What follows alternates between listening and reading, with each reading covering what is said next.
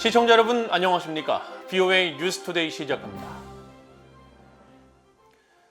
미국과 한국의 국방장관이 안보협의회의 SCM을 통해 고도화된 북한의 핵과 미사일에 대응하는 핵우산 훈련을 매년 실시하고 미국의 전략자산을 한반도에 상시 배치하는 수준으로 운용하기로 합의했습니다. 오스틴 장관은 북한의 핵 미사일 위협에 대응한 미한 동맹은 철통 같다고 밝히고 전술핵을 포함한 북한의 어떠한 핵 공격도 용납할 수 없다면서 핵무력을 사용할 경우 김정은 정권의 종말을 초래할 것이라고 경고했습니다. 박동정 기자가 보도합니다. 미국의 로이드 오스틴 국방장관과 한국의 이정섭 국방장관이 3일 워싱턴 인근 국방부 청사에서 만나 54차 안보협의회의를 가졌습니다. 두 장관은 회의 후 공동성명을 통해 북한의 핵 위협에 대응하기 위해 미국의 전략자산을 적시적이고 조율된 방식으로 한반도에 전개하고 대북 억제력을 강화하기 위한 새로운 조치를 지속해서 강구하기로 했다고 밝혔습니다. 또 대북 맞춤형 억제 전략을 내년까지 개정하도록 추진하고 북한의 핵 사용 시나리오를 상정한 확장 억제 수단 연습, 즉 핵우산 훈련을 매년 개최하기로 합의했습니다. 이어 오스틴 장관은 북한의 다양한 핵무기와 투발 수단 개발 시도에 대해 우려를 표하면서 핵과 재래식 미사일 방어 능력 및 진전된 비핵 능력 등을 포함한 모든 범주의 군사 능력을 운용해 한국의 확장 억제를 제공한다는 미국의 굳건한 공약을 재확인했다고 강조했습니다. 오스틴 장관은 또 미국이나 동맹국 및 우방국들에 대한 전술핵 등 북한의 어떠한 핵 공격도 용납할 수 없다면서 이는 김정은 정권의 종말을 초래할 것이라고 거듭 경고했습니다. And at this time of heightened tension, our alliance is ironclad. The United States remains fully committed to the defense of the ROK, and our extended deterrence commitment is firm. It includes a full range of our nuclear, and conventional, and missile defense capabilities. 오스틴 장관은 특히 한국의 애도 기간에 북한이 미사일을 발사한 사실을 규탄하면서 미한 양국은 연합군사훈련을 연장했다고 강조했습니다. Now, it's highly unfortunate that the DPRK has chosen to interrupt this solemn period with the illegal and destabilizing launch of an intercontinental ballistic missile last night, as well as additional missile launches today. I've consulted with Minister Lee, and we've decided to extend Vigilant Storm. 이정섭 장관은 미국의 전략 자산을 한반도에 상시 배치하는 수준에 준하도록 운용하기로 했다고 밝혔습니다. 오스틴 장관께서는 핵 및 재래식 전력과 미사일 방어 능력뿐만 아니라 우주, 사이버, 전자기 등 진전된 비핵 능력을 포함한 모든 범주의 군사적 능력을 활용하여 대한민국의 확장 억제를 제공해 줄 것을 약속하였습니다. 이번 회의에서는 최근 발표된 미국의 핵태세 검토 보고서와 미사일 방어 검토 보고서, 그리고 한국의 한국형 삼축체계 강화 등 북한의 핵 미사일 위협을 실효적으로 억제하고 대응하기 위한 양국의 정책에 대해 긴밀히 협의한 것으로 전해졌습니다. 또 오스틴 장관은 한국의 대북 로드맵인 담대한 구상이 북한을 비핵화로 견인하기 위한 유용한 접근법이라고 환영했으며 두 장관은 외교와 대화의 재개 노력이 중요하다는 점을 강조하며 북한을 포함한 모든 국제사회가 관련 유엔 안보리 결의를 완전히 이행할 것을 촉구했습니다. VOA 뉴스 박동정입니다. 미국이 북한의 대륙간 탄도미사일 ICBM 발사에 대응한 유엔 안보리 공개회의 소집을 요청했습니다.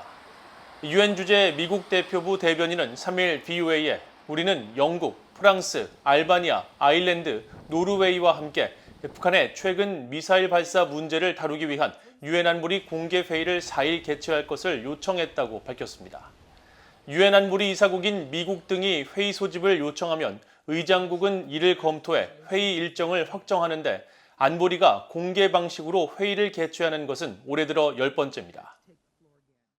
북한의 탄도미사일 도발이 이어지고 있는 가운데 유엔은 북한의 미사일 발사 중단과 안보리의 단합된 대응을 촉구했습니다.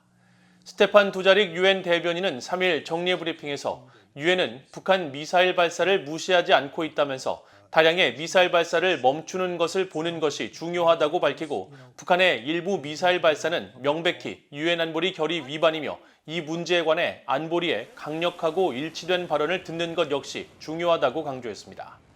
파르하나크 유엔 부대변인도 이날 북한의 ICBM 발사에 관한 입장을 묻는 VOA의 질의에 북한의 탄도미사일 발사는 유엔 결의 위반이라면서 구테르스 사무총장은 한반도의 긴장 고조에 대해 심각히 우려하고 있으며 북한은 즉각 대화에 복귀할 것을 촉구했다고 밝혔습니다.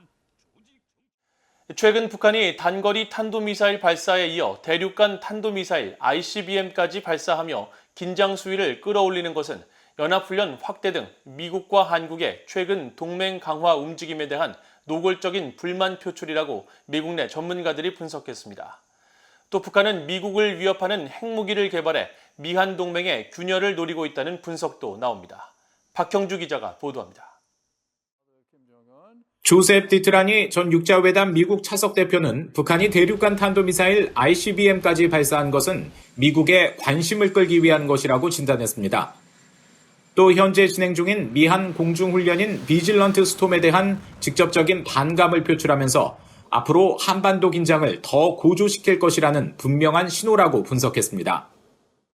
I think it's certainly meant to get the attention of Washington. They've made it very clear that they're opposed to those exercises. I think this is the beginning of a very tense phase. 군사 전문가인 브루스 베넷 랜드 연구소 선임 연구원은 북한이 연합훈련과 확장 억지 등 미한 동맹 강화를 위한 최근의 조치들을 적대 행위라고 주장하면서 미국을 압박하는 것이라고 분석했습니다. 궁극적으로 미국 본토를 위협할 수 있는 핵무기를 개발해 한국 방어 공약에 대한 미국의 셈법을 복잡하게 해 미한 동맹의 균열을 꾀하려는 의도가 있다는 것입니다. What North Korea wants to do ultimately is to break the U.S.-ROC alliance. The levers they are hoping to use is posing an ICBM threat to the United States such that an American president would be reluctant to respond to North Korean nuclear weapon use against South Korea using nuclear weapons. 북한의 이번 ICBM 발사는 7차 핵실험을 위한 신호탄이라는 분석도 나옵니다. 백악관 국가안보회의 NSC와 중앙정보국 CIA에서 북한 문제를 다룬 수미테리 우드로 윌슨 센터 아시아 프로그램 국장은 북한은 미중 미러 갈등이 계속되는 현재 지정학적인 상황에 자신들에게 유리한 상황으로 판단하고 있다고 지적했습니다. Because there are no repercussions. And if there's going to be any kind of repercussion, they're going to get it anyway because of this barrage of tests. So why not add a seventh nuclear test to this, right? So I've been saying that geopolitical environment is actually favorable for North Korea. 미국 해군 분석센터의 켄 고스 적성국 분석 담당 국장은 북한의 긴장 고조 행위는 바이든 행정부와 윤석열 정부를 향해 각각 전략적인 내와 대북 강경책을 지속하는 한 이 같은 긴장 고조는 피할 수 없다는 협박을 하는 것이라고 말했습니다. 다만 김정은 위원장이 핵실험을 준비하면서도 중국의 반응을 걱정하고 있는 것 같다고 지적했습니다.